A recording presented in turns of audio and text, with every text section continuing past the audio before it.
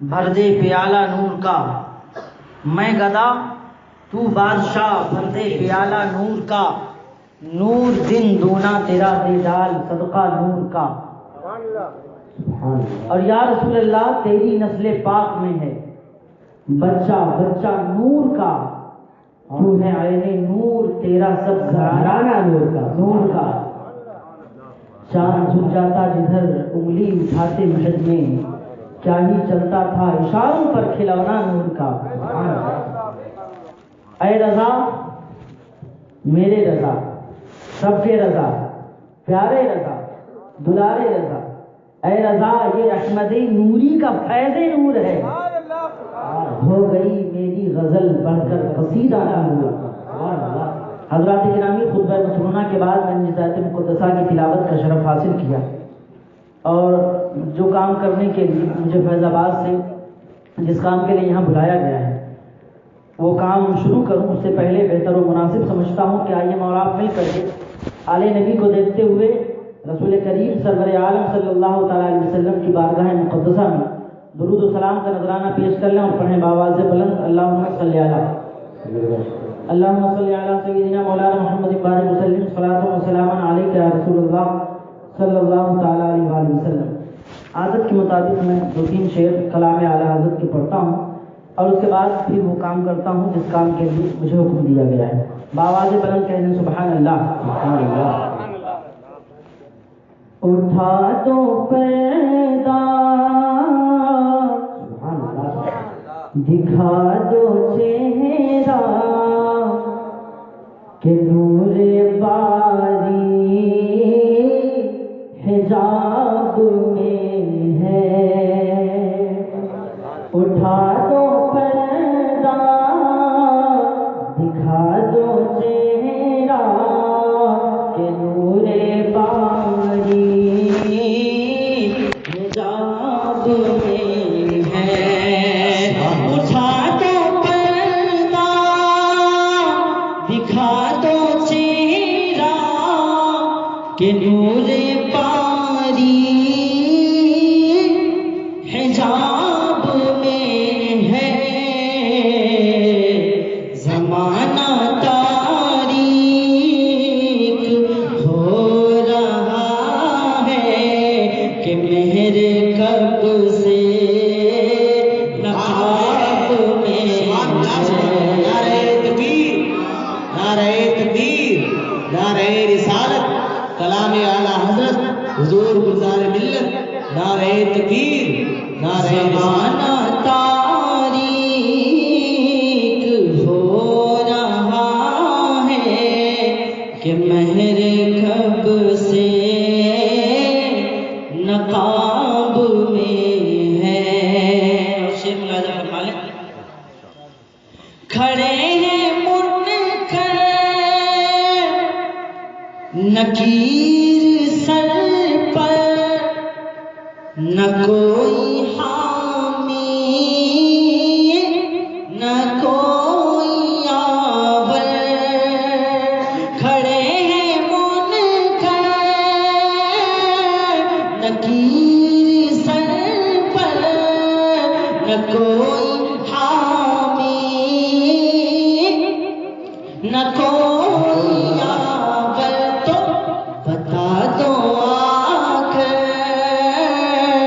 میرے پیغمبر، بتا دو آ کر میرے پیغمبر کہ سخت مشکل جواب ہے، بتا دو آ کر یا رسول اللہ،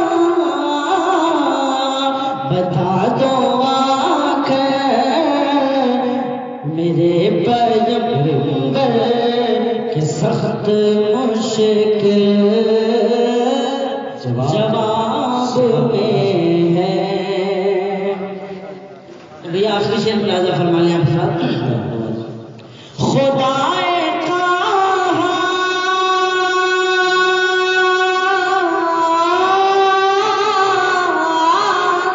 خدا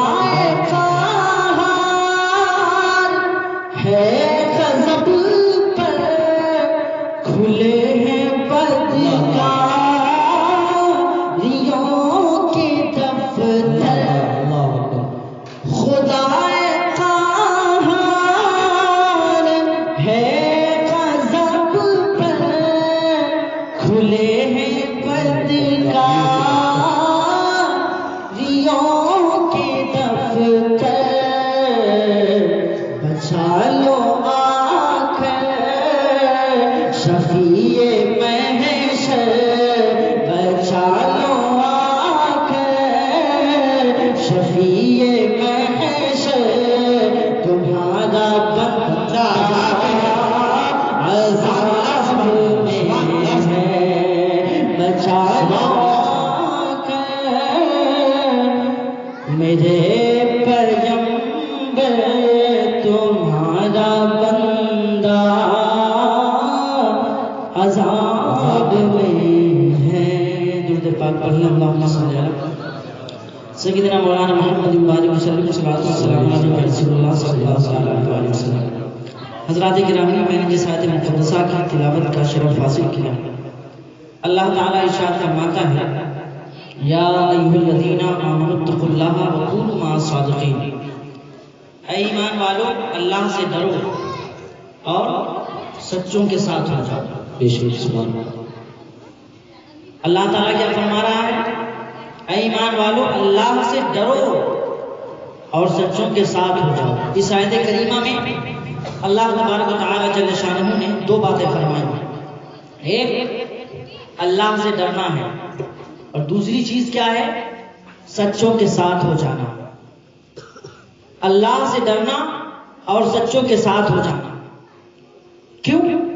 اس لیے کہ جو سچا ہوتا ہے وہ خدا سے ڈرتا بھی ہے، خدا کے فرمان پر عمل بھی کرتا ہے، اور اس کی حالت ایسی ہوتی ہے کہ اس کو کہنے کی ضرورت نہیں پڑتی کہ تم نمازیں پڑھو، اس کو کہنے کی ضرورت نہیں پڑتی کہ تم روزے رکھو، بلکہ اس سچے کے چہرے میں، سچے کے عادت و اطوار میں وہ کشش ہوتی ہے، وہ دمک ہوتی ہے، وہ چہک ہوتی ہے کہ لوگ خود بخود اسے دیکھ کر کے سچائی کا راستہ بنانے لگتے ہیں اور اللہ سے ڈرنے لگتے ہیں۔ اور جب تک کہ اس سچے کی زیارت نہیں کرتے، جھوٹوں کی محفلوں میں بیٹھتے رہتے ہیں، جھوٹوں کے ساتھ جینا، جھوٹوں کے ساتھ اٹھنا، جھوٹوں کے ساتھ بیٹھنا، جھوٹوں کے ساتھ چلنا پھرنا جب تک کہ رہتا ہے، تب تک کہ انہیں خدا نہیں یاد آتا۔ اور اللہ سے تبھی ہم سچے معنوں میں ڈرنے والے ہوں گے جب ہم کسی سچے کا دامن اپنے ہاتھوں میں مضبوطی کے ساتھ پکڑ لیں، اور جب اس سچے کا دامن پکڑیں گے تو اللہ سے ڈرنے والے بھی ہو جائیں گے۔ اس لیے کہ سچا وہی ہے، سچا وہی ہے، اس دنیا میں سچا وہی ہے جس کو دیکھ کر کے خدا یاد آ جائے، جسے ہم دیکھیں تو خدا یاد آ جائے، جسے ہم دیکھیں تو نماز پڑھنے کا کے لیے کہنا نہ پڑے، وہ نماز پڑھنے کے لیے مصلی بچھائے تو اس کے پیچھے نماز پڑھنے کے لیے دوڑ پڑے اور کہیں نہیں ہم اب تک کی نمازیں نہیں پڑھ رہے تھے، آج سچا آ گیا ہے، اس کے پیچھے ہمیں نماز پڑھنا ہی ہے۔ واہ سبحان اللہ، پڑھنا ہی ہے جناب والا۔ ایسی آوازوں کے مالکان اس دنیا میں پیدا ہوئے ہیں۔ اللہ کے رسول صلی اللہ علیہ وسلم کی امت میں ایسے لوگ پیدا ہوئے ہیں کہ اللہ نے ان کو ایسی زبان عطا فرمائی۔ حضرات محترم، زبان کئی قسم کی ہوتی ہے، سب کے منہ میں زبان ہوتی ہے، لیکن ہر زبان سے اللہ نہیں عطا ہوتا، ہر زبان سے رسول کا نام نہیں نکلتا، ہر زبان سے اللہ و رسول کی وحدانیت کا اعلان نہیں ہوتا۔ ہاں، اسی کی زبان سے اللہ و رسول کی وحدانیت کا اعلان ہوتا ہے، جو سچا بھی ہوتا ہے، اللہ سے ڈرتا بھی ہے اور سچوں کے ساتھ رہتا ہے۔ ہر زبان اللہ کا ذکر نہیں کرتی، آپ دیکھتے چلے جائیں۔ اور ہاں، جس کی زبان اور اگر وہ ڈرتا ہے، سچوں کے ساتھ ہے، تو اسی دھرتی پر، اسی آسمان کے نیچے بہت سارے ایسے لوگ پائے گئے جو ان کی زبان میں اتنی تاثیر تھی کہ جب وہ قرآن مقدس کی تلاوت فرمایا کرتے تھے تو مچھلیاں تیرنا بھول جاتی تھی، چڑیا چہچہانا بھول جایا کرتی تھی، سمندر کی دنیاوی رک جایا کرتی تھی، اور پرندے اپنی پرواز کو بھول جایا کرتے تھے، اور ان کی زبان سے ادا ہونے والے اللہ کے کلام کو سنا کرتے تھے۔ ایسے لوگ بھی دنیا میں آئے ہیں مسلمان، لیکن مسلمانوں وہ ایک وہ دور تھا جب لوگوں کو ستانا اپنے لیے عیب نہیں بلکہ اپنے لیے فخر سمجھا کرتے تھے۔ ایک وہ زمانہ تھا جب لوگ زندہ درگور اپنی بچیوں کو کرتے تھے تو فخر سمجھا کرتے تھے کہ ہم نے بہت بڑا کام کر دیا، ہم نے بہت بڑا کام کر دیا۔ جب لوگ غریبوں کو ستاتے تھے تو اپنے آپ کو بہت طاقتور سمجھا کرتے تھے، لیکن رسول کائنات صلی اللہ علیہ وسلم نے اس خاکانی گیتی پر قدم رکھ کر کے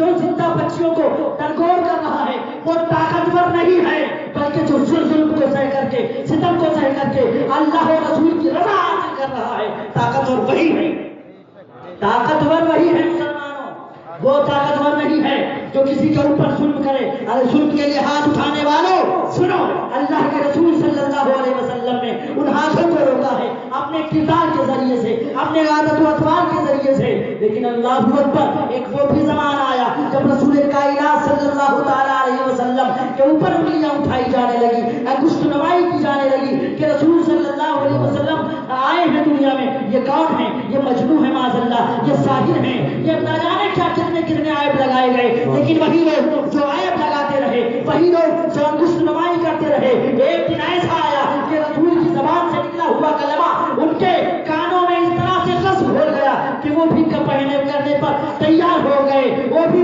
کلمہ پڑھنے کے پر مجبور ہو گئے اور پکار اٹھے، اشہد ان لا الہ الا اللہ واشہد ان محمدا عبدہ ورسولہ۔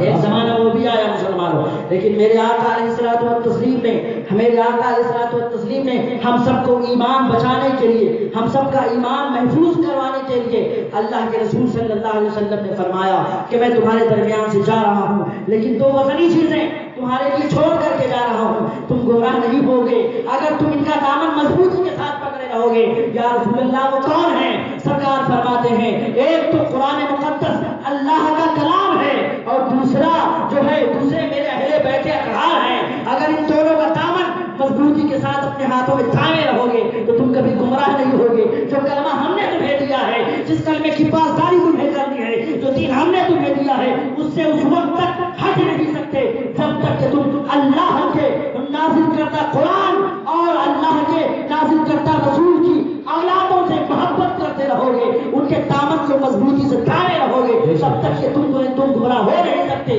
پوری دنیا کی طاقت مل کر کے تمہیں گمراہ کرنا چاہے، تم اس وقت تک گمراہ نہیں ہوگے جب تک کہ تم قرآن کی تلاوت کرتے رہو گے اور آل رسول کی زیارت کرتے رہو گے اور ان کے ہاتھوں میں اپنا ہاتھ دیتے رہو گے۔ جانتے ہو مسلمانوں، ارے مسلمانوں، انہی کے نانا تھے جو مکہ المکرمہ میں ستائے گئے، انہی کے نانا تھے جب رسول اکرم صلی اللہ تعالیٰ علیہ وسلم مدینہ المنورہ میں وضو فرمایا کرتے تھے تو انہی کے نانا جان کا، انہی کے نانا جان کا وضو کا پٹا ہوا پانی جو ہوتا تھا صحابہ کرام پی لیا کرتے تھے، اور محبت تو یہ تھی ان کے نانا جان سے کہ جب ان کے نانا جان کلی فرماتے تو وہ پانی زمین پر نہیں گرتا تھا، ہاتھ دھوتے تو وہ پانی زمین پر نہیں گرتا تھا۔ مسلمانوں، آج ان کے نانا جان کو تو اس محفل میں موجود ہیں، ہم دیکھ نہیں سکتے، لیکن انہی کے ان کا نوازا ہماری آنکھوں پر ہے، ان کی آنکھوں کا تارا ہماری آنکھوں کے سامنے ہے۔ اگر ہم سچے دل سے توبہ کر کے ان کی زیارت کر لی اور ان کے دامن سے وابستہ ہو گئے تو کل میدان محشر میں کہیں کہتے ہوئے نظر آئیں گے سرکار گلزار ملت نانا جان۔ یہ وہ لوگ ہیں جنہوں نے اپنے چین کو قربان کیا، ٹھنڈک کو نہیں دیکھا، اپنے بستر گرم بستر کو نہیں دیکھا، آپ کے ذکر کو سننے کے لیے، اللہ کے ذکر کے سننے کے لیے، میری زیارت کرنے کے لیے، میرے کلمات کو سننے کے لیے لوگ چلے آئے تھے۔ اے نانا جان، ان کی بھی سفارش فرما دیجئے، اللہ سے کہہ دیجئے نانا جان کہ میرے غلاموں کو بخش دیا جائے۔ تو نانا جان اتنے سخی ہیں کہ اپنے غلاموں کی بات جب نہیں ڈالتے تو اپنے نواسے کی بات کیسے ڈالیں؟ بے شک سبحان اللہ۔ مسلمانوں، مسوری شریف کی سرزمین جہاں پر ایک بہت سید عالم دین اور ایک بہت بڑے اللہ کے ولی واقف اسرار متشابہات التنزیل عالی نسب سید شافعی محمد اسماعیل واسطی قادری رضاقی زیدی حسینی المعروف سرکار مسوری رضی اللہ تعالی عنہ کی ذات مقدس آرام فرمائے۔ میں علماء کی موجودگی میں کہنا چاہتا ہوں کہ آج کے دور میں لوگ سرکار مسوری رضی اللہ تعالی عنہ کو جانے یا نہ جانے، مانے یا نہ مانے، لیکن ہر عالم دین پر سرکار بانسا کا، ملا نظام الدین کا اور سرکار مسوری رضی اللہ تعالی عنہ کا فیض ہے۔ تمام علماء کرام پر، تمام مفتیان کرام پر سرکار مسوری رضی اللہ تعالی عنہ کا فیض آج بھی ہے اور پھر قیامت تک انشاءاللہ۔ آپ کہیں گے یہ کیسے؟ آپ کہیں گے یہ کیسے؟ تو آپ یاد رکھیے ملا نظام الدین فرنگی محلی علیہ رحمۃ الرضوان، سرکار بانسا رضی اللہ تعالیٰ عنہ، سرکار مسوری رضی اللہ تعالیٰ عنہ، یہ تین وہ ہستیاں ہیں جنہوں نے تمام اولیاء تمام علماء کرام کے سر پر اپنا دست دراز فرما دیا ہے، اپنے فیض و کرم کا دریا عام فرما دیا ہے. آج جتنے بھی لوگ عالم ہو رہے ہیں سرکاران مسوری، سرکاران پاسا اور ملا نظام الدین کے فیض سے ہو رہے ہیں، سب کے اوپر فیض ہے. مفتی صاحب سن لیجئے، آپ کی بارگاہ میں عزیزہ ہے حضرت علامہ مولانا زاہد رضا نظامی صاحب قبلہ تشریف فرما ہے، میرے آقا سرکار گزار ملت تشریف فرما ہے. ان کی موجودگی میں ایک بات بتانا چاہتا ہوں. درس نظامی پہلے مرتب نہیں تھا، ترتیب وار درس نظامی نہیں پڑھایا جاتا تھا.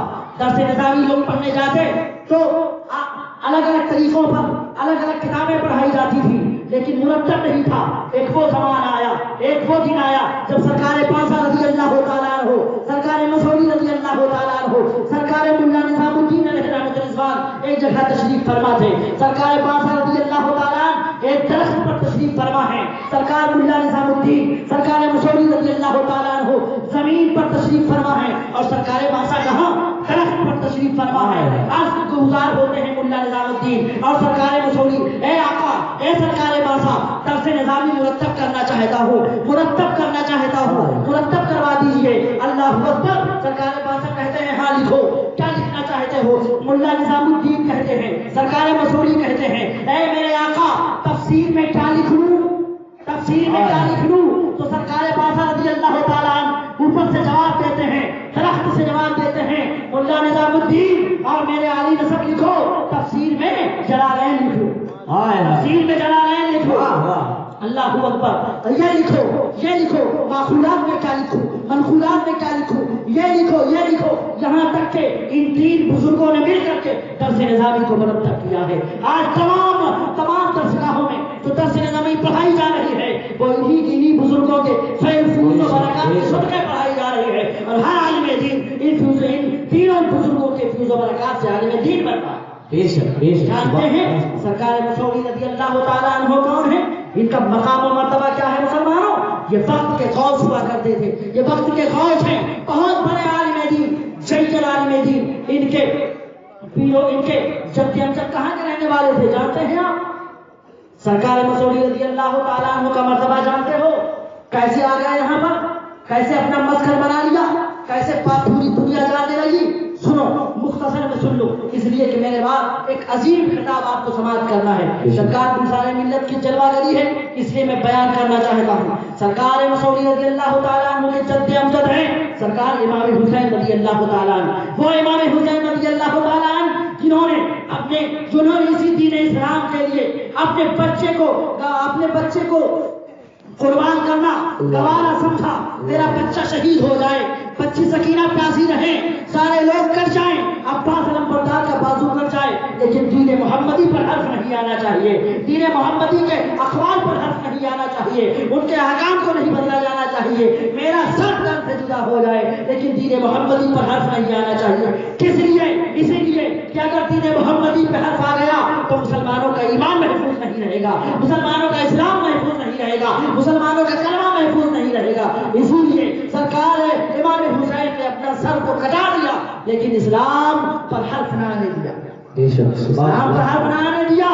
اب آج کے دور میں دیکھیں سرکار گلزار ملت مسجد العلی و نورانی کو لوگ بلاتے ہیں، نہ جانے کہاں بلاتے ہیں. سرکار تشریف لائیے، سرکار یہاں دیوبندیت زیادہ ہے، یہاں واپسیت زیادہ ہے، یہاں قادیانیت زیادہ ہے، لیکن سرکار گلزار ملت مہینوں مہینہ